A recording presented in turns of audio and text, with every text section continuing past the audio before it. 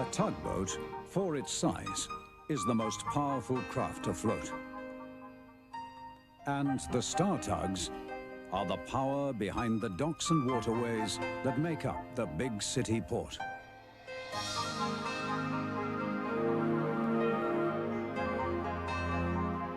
This is TUGS.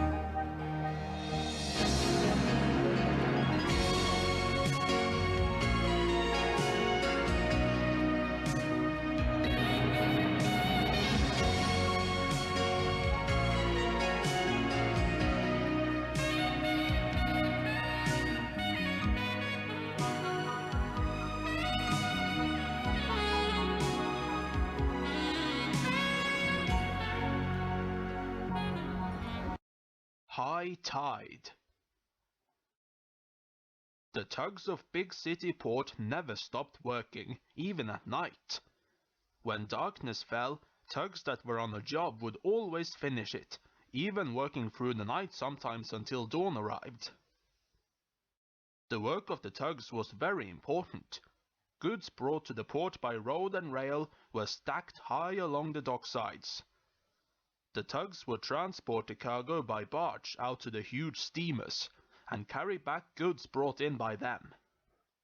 The trucks and wagons at the quayside would be reloaded with cargo from incoming tramp steamers, ferries and liners for delivery to inland towns and cities.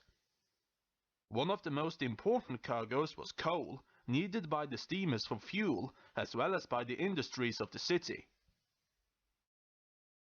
On this particular morning, Big Mac, one of Captain Star's biggest tugs, had been working all night towing coal barges.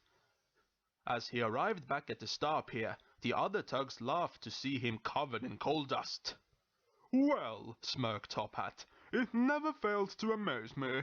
There's something new to see every day, and today it's the sight of a floating coal sack." "If you'd been shifting coal, you'd be dirty," replied Big Mac. A moment later, Captain Star's voice came booming across the water. "Right, Star Tugs, here are your orders for the day. Top Hat, you go and deal with the car ferry, and then take the rubbish barge to the city dump."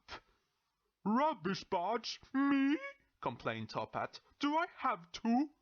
"No arguing, Top Hat. Move it." "Yes, sir," muttered Top Hat, and steamed away in the direction of the car ferry, looking very annoyed. Captain Star continued. "OJ, you load up the new propeller from Lucky's yard and take it to the liner in dry dock. Sunshine, you go help 10 cents at the storage depot. And then when you've both finished, go and help OJ. "Don't waste any time, Sunshine," said OJ. "I need all the help I can get." "Okay, OJ," grinned Sunshine. "We'll be there." "Warrior and Big Mac," said Captain Star, "your job today is very important. We're competing for the steel company contract, and have to show that we can handle big steel loads better than the Z stacks. Warrior, see you get your load across the bay without any accidents. And don't forget, there's going to be a very high tide today. Don't take any risks." "Right," said Big Mac. "A quick wash down and to get rid of that dust, and then we'll show those Z stacks." "Yeah," agreed Warrior, and the two of them set off. Over by the quayside, 10 cents and Sunshine found the area flooded. Captain Star had warned the tugs about the high tide, but they had not expected it to be quite so bad. The tugs would have to work twice as hard to rescue their barge loads. Across the harbor, the steel company was preparing to move to its new home. Big Mickey, the largest crane in the docks, was helping, and had just finished putting a very tall, heavy steel construction onto a barge. It was now ready to be moved. The Z stacks were in charge of this. Zack and Zibidee were preparing to move the large barge when they caught sight of Big Mac and Warrior arriving at the dockside. "You're too right. We've got this job sewn up," jeered Zack. "There's no work here for you." "We've as much right to try for this job as you," said Big Mac. "No chance," sneered Zibidee, and he and Zack pulled away, their heavily laden barges behind them. Big Mac watched them go. Zack's engine doesn't sound too good. Hey, Mickey, can you give us a quick load up? Sure, agreed Mickey. I hope you beat them to it. And he loaded up the 2 Star Tugs barges. Ready, said Big Mac. You be careful, warrior. That's a very high load you got there. Take it steady, and we'll see if we can catch those head stacks. Zack and Zebedee were just passing the entrance to the dock canal that cut through the docklands. Zack's engine was beginning to play up. I warned you about your engine, said Zebedee. You should have had it fixed. If you can't speed up, those stars are bound to catch us up. There's nothing wrong with it, snapped Zack. Anyway, I got an idea to beat those stars. If we take a shortcut through the canal, we're bound to get there first. If they follow us through it, they won't be able to get past us because it's too narrow.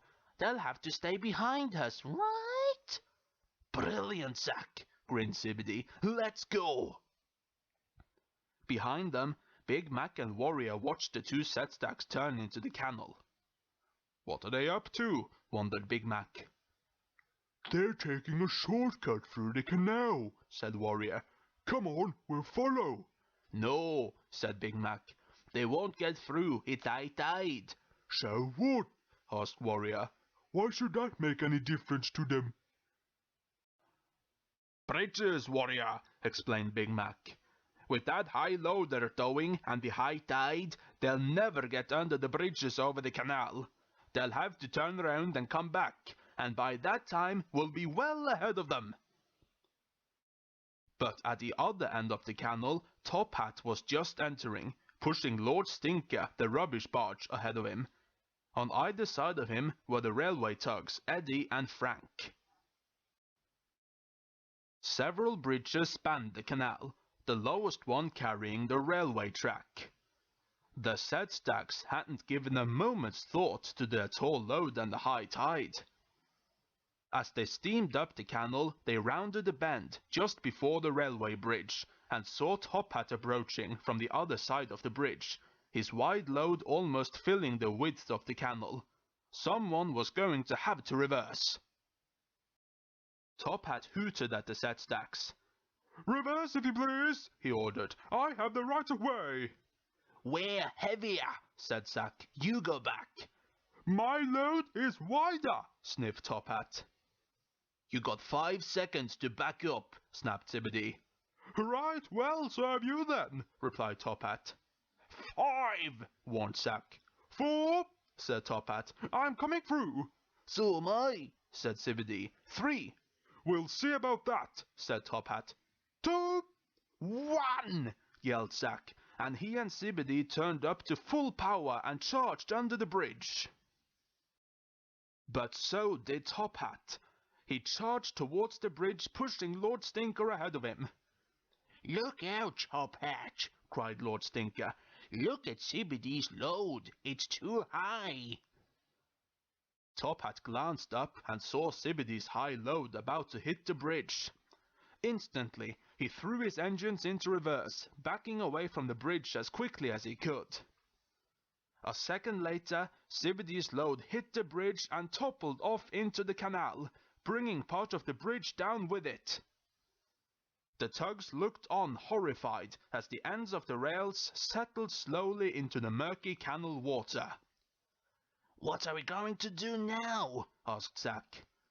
We'd better go for help, said Zebedee in a shaky voice, and he and Zack released their barges and set off back down the canal to fetch Big Mickey. Top Hat, Lord Stinker, Frank and Eddie stared at the wreck of the railway bridge. This is a terrible state of affairs, said Top Hat. This bridge is one of the busiest in Big City. There'll be a train along any minute, said Lord Stinker. And then a loud whistle was heard. Oh no, cried Top Hat. That's the good train whistle. The bridge.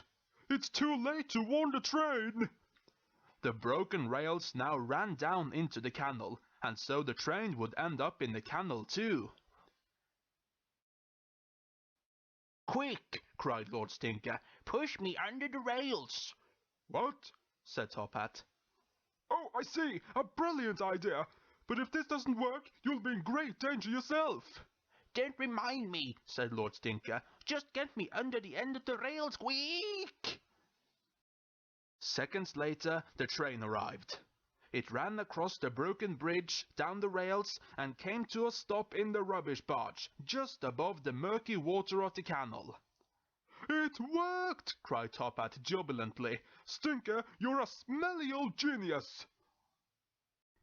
Frank and Eddie, the railway tugs, had been watching all this in amazement. Took some brine to save that train, said Eddie. Oh, I see, said Lord Stinker modestly. I'll never, ever complain about your smell again, promised Top Hat. Rubbish can be valuable stuff, said Lord Stinker wisely.